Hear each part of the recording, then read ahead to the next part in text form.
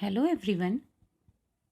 Today I, Mrs. Garima Bhandari, is here again with a new chapter of Class 12th History, Kings and Chronicles. In this chapter, we'll talk about the Mughals and their empire. The name Mughal derived from Mongol, but the Mughals they referred to themselves as Timurids as descendant of the Turkish ruler Temur on the paternal side.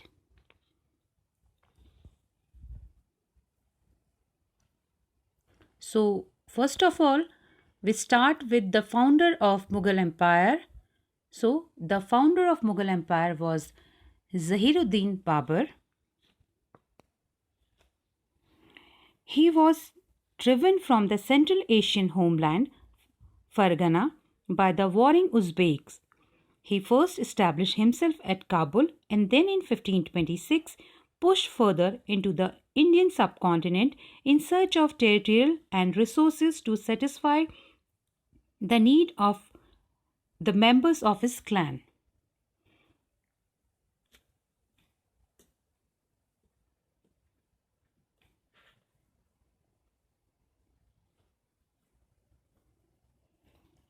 His successor, Nasiruddin Humayun, expanded the frontier of the empire but lost it to the Afghan leader Sher Shah Sur, who drove him into exile.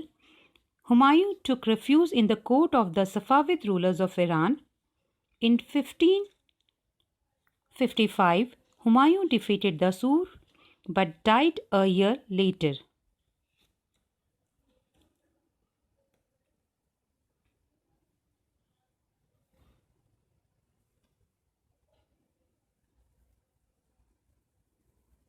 Now, Jalaluddin Akbar. He was considered to be the greatest of all the Mughal emperors, for he not only expanded but also consolidated his empire, making it the largest, strongest, and the richest kingdom of his time.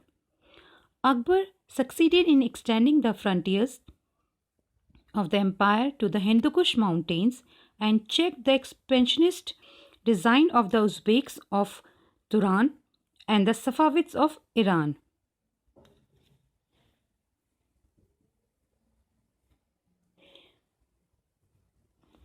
Akbar had three fairly able successors in Jahangir, Shah Jahan, and Aurangzeb, much as their character varied. Under them, the territorial expansion continued, though at a much reduced pace. The three rulers maintained and consolidated the various instruments of governance. The court was the visible center of Mughal power. After 1707, following the death of Aurangzeb, the power of the dynasty diminished. So, Aurangzeb was the last powerful ruler. In 1857, the last sign of this dynasty, Bahadur Shah Zafar II, was overthrown by the British. So, the last Mughal ruler was Bahadur Shah Zafar.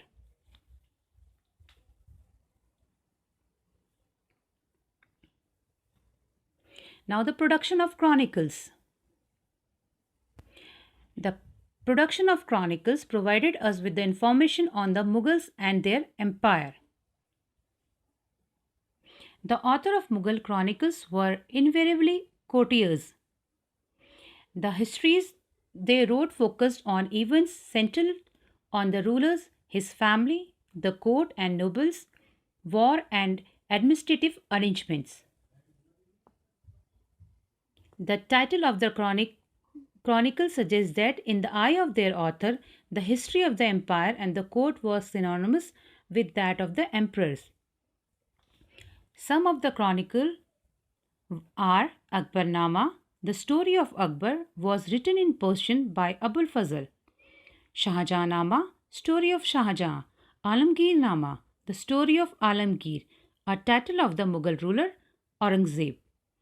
Abdul Hamid Lahori is the author of the Badshahnama, which is the official history in 3 volumes of 10 lunar year each. Edited version of the Akbarnama and Badshahnama were first published by the Asiatic Society in 19th century.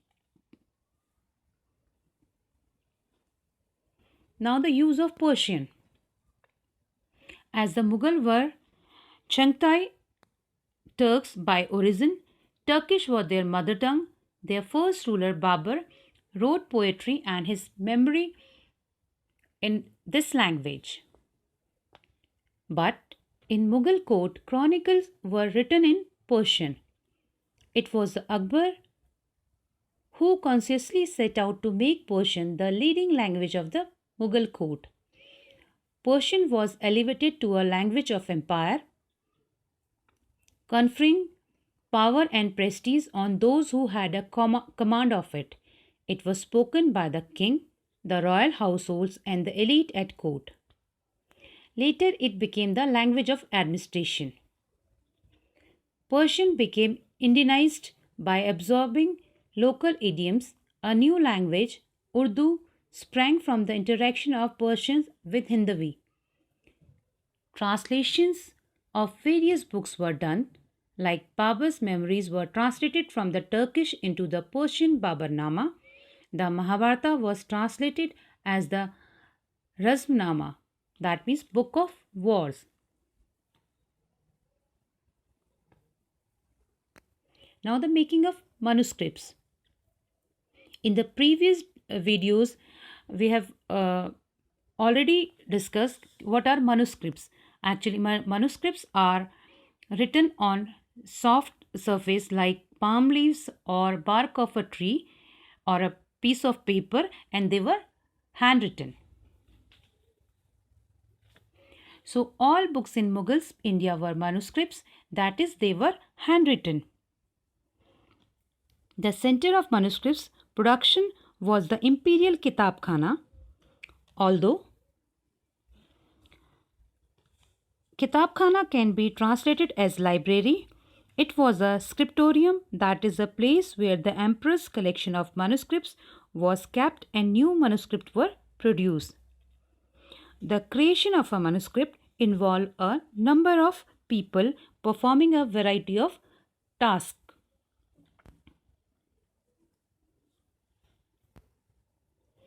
Now the painted images.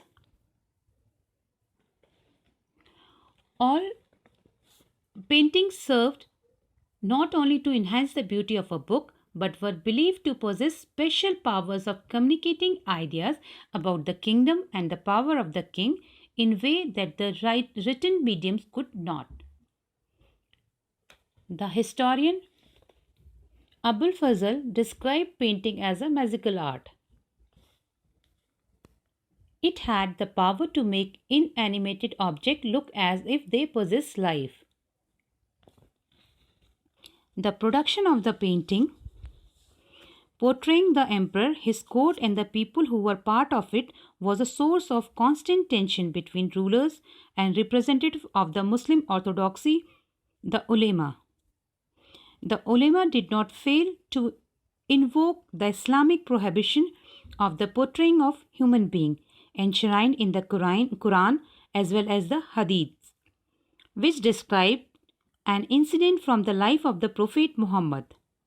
Here the Prophet is cited as having forbidden the depiction of living being in a naturalistic manner, as it would suggest that the artists were seeking to appropriate the power of creation.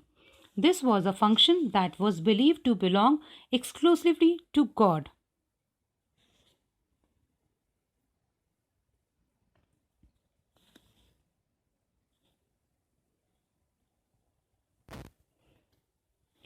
You can see some paintings of Mughal period.